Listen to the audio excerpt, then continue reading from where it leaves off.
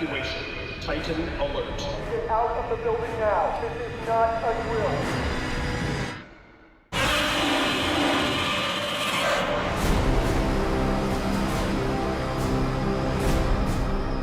I think one of the most exciting things about doing a Godzilla movie is being able to take a different approach to Godzilla in the same way that the original films did. The legendary approach has always been sort of that Godzilla is a good guy. You know, he's misunderstood, but he's a good guy. He sort of is this benevolent protector of the Earth. And we're kind of flipping the world around and saying now a world where Godzilla has seemingly turned his back on humanity and is acting recklessly. The massive Titan, once thought to be a hero to humanity, made landfall in Pensacola, Florida. This film starts after 3 years since the last encounter with the Titans. And Godzilla is on the rampage again. Why, we don't know. There's a reoccurring motif in this movie of Godzilla sort of being equatable to Jaws. So even at the beginning of the film, you know, we wanted to treat it more like Jaws approaching the shores.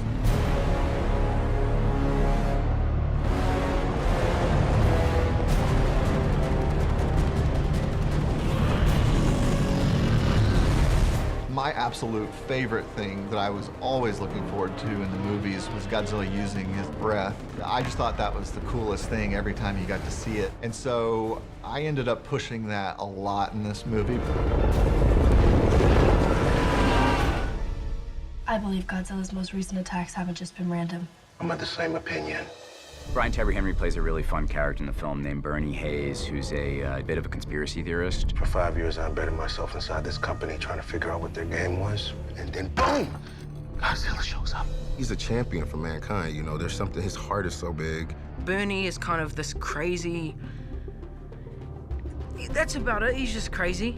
All right, Matt, down the rabbit hole. The trio of Madison, Josh, and Bernie, they're all very distinct personalities, but there's a dynamic between them and a rapport that's been great to watch. They're an amazing team. They work really well together. They complement each other so well. You know, you have the realist, which is Josh. I mean, he's very practical, logical. You need one of those in your group, otherwise you're gonna die. Are you sure we can trust this guy? Yeah, why? Well, mainly because he says crazy shit all the time and carries a bottle of whiskey from his dead wife like a gun. And then you have the full go-getter. I am the go-getter. I will throw myself into, you know, if they're scared to go in first, I'll go in. I think it's romantic. And Bernie is the knowledge of the group. You know, he really holds a lot of information. He's a conspiracy theorist, so he is extremely intelligent.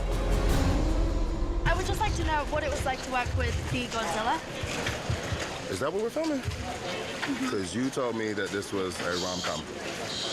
It's not a rom-com. I never said that. That's what she said. All three of those actors are just hilarious, and they have such great chemistry together, and they're just unbelievably funny, like when the camera's rolling, when it's not rolling. It's kind of never ending with those guys.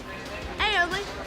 The two of them have actually brought out the wacky side of me, you know what I mean? Like, because we have fun.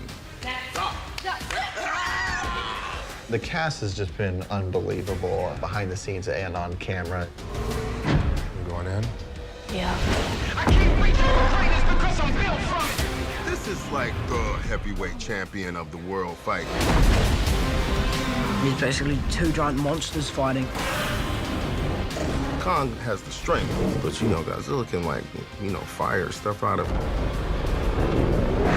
This is the most epic battle of all time.